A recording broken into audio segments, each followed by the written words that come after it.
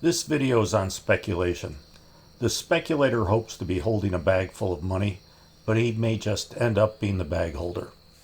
To my knowledge, the magisterium has never dealt with speculation in an authoritative way. So please note that I won't be coming down hard on one side of the issue as I do with most of my videos. In 1925, Father Thomas Slater wrote in a Manual of Moral Theology for English-speaking countries on things forbidden to clerics. It is not illicit trading to invest money in government stock or other bonds which bear interest, though it would be unlawful speculation to invest money with the intention of selling out at a profit if the price rises. So it seems that clerics are prohibited from speculation, but what about the rest of us? Also, it's interesting to note that Father Slater seems to broadly include the buying and selling of stocks as speculation. So with this video, we'll try to get a better handle on just what speculation is. There has been a great deal of writing in Catholic periodicals condemning speculation and comparing it to gambling. These articles suggest that speculation is a bad thing, but investing is okay. Much of the emphasis in these articles is that speculation causes a man to squander the hard-earned savings and resources that he should be using to support his family. The Catholic Encyclopedia has a pretty good article on the subject and says, betting and gambling are almost always dangerous pastimes and often morally wrong. Just in the same way, speculation tends to develop a passion which frequently leads to the ruin of a speculator and his family. The hope of becoming rich quickly and without the drudgery of labor distracts a man from pursuing the path of honest work.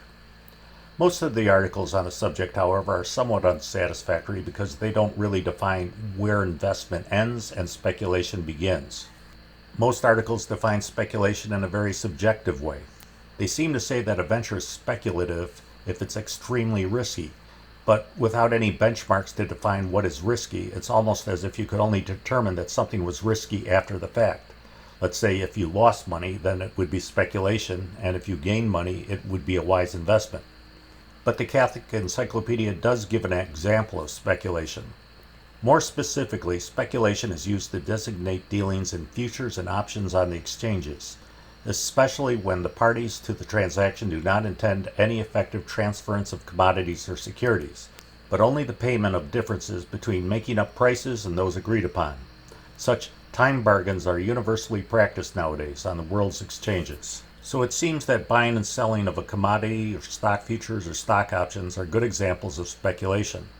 They are time bargains where the speculator places his order and hopes that he will make a profit over a given period of time. The Catholic Encyclopedia also provides us with a practical objection to speculation and tells us that it's like gambling in a rigged game. Moreover, in practice, the event on which the bet is laid by one who speculates in futures is seldom left to the operation of natural causes, and by that they mean natural market forces. Great financiers with command of large sums of money can and do influence the markets almost as they please, and the small speculator is usually swallowed up by them. This is just as true nowadays as it was 100 years ago when the Catholic Encyclopedia was written. If you follow the GameStop situation about 6 months ago, you saw that when a lot of small speculators got together, it seemed as if they had gotten the upper hand against institutional investors. However, the game is always rigged so that the institutions will make their profit, and so it was with GameStop. Please recall that I have a playlist on usury, and there are some similarities between speculation and usury.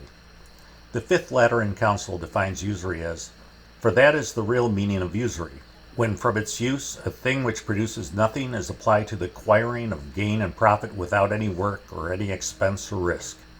So, usury, which has been condemned by the magisterium, is not identical with speculation because, as we discuss, speculation does entail a great deal of expense and risk, just like gambling. However, it can be said that speculation is similar to usury in that it produces nothing and is applied to the acquiring of gain and profit without any real work. Speculation can in some cases result in a gain and profit for some lucky people, but it also seems to be condemned in a general way by much of the church. So, let's try to define how speculation differs from an investment in a more concrete way, and I note that others may not agree with my definition. The determining factor is whether buying or selling of something changed its value, other than affecting supply and demand. An investment adds to the economy or venture itself. and speculation does not do so. If the primary cause of the increase in value of a venture is beyond the investor's control and influence, he's not really an investor, he's a speculator. And the same is true with gambling. For example, rehabbing a house and then selling it for a profit is investing and not speculation, because the flipper is adding sweat equity and is increasing value to the house. On the other hand, buying land in the hope that it might increase in value because a new exit ramp might be constructed nearby would be speculation.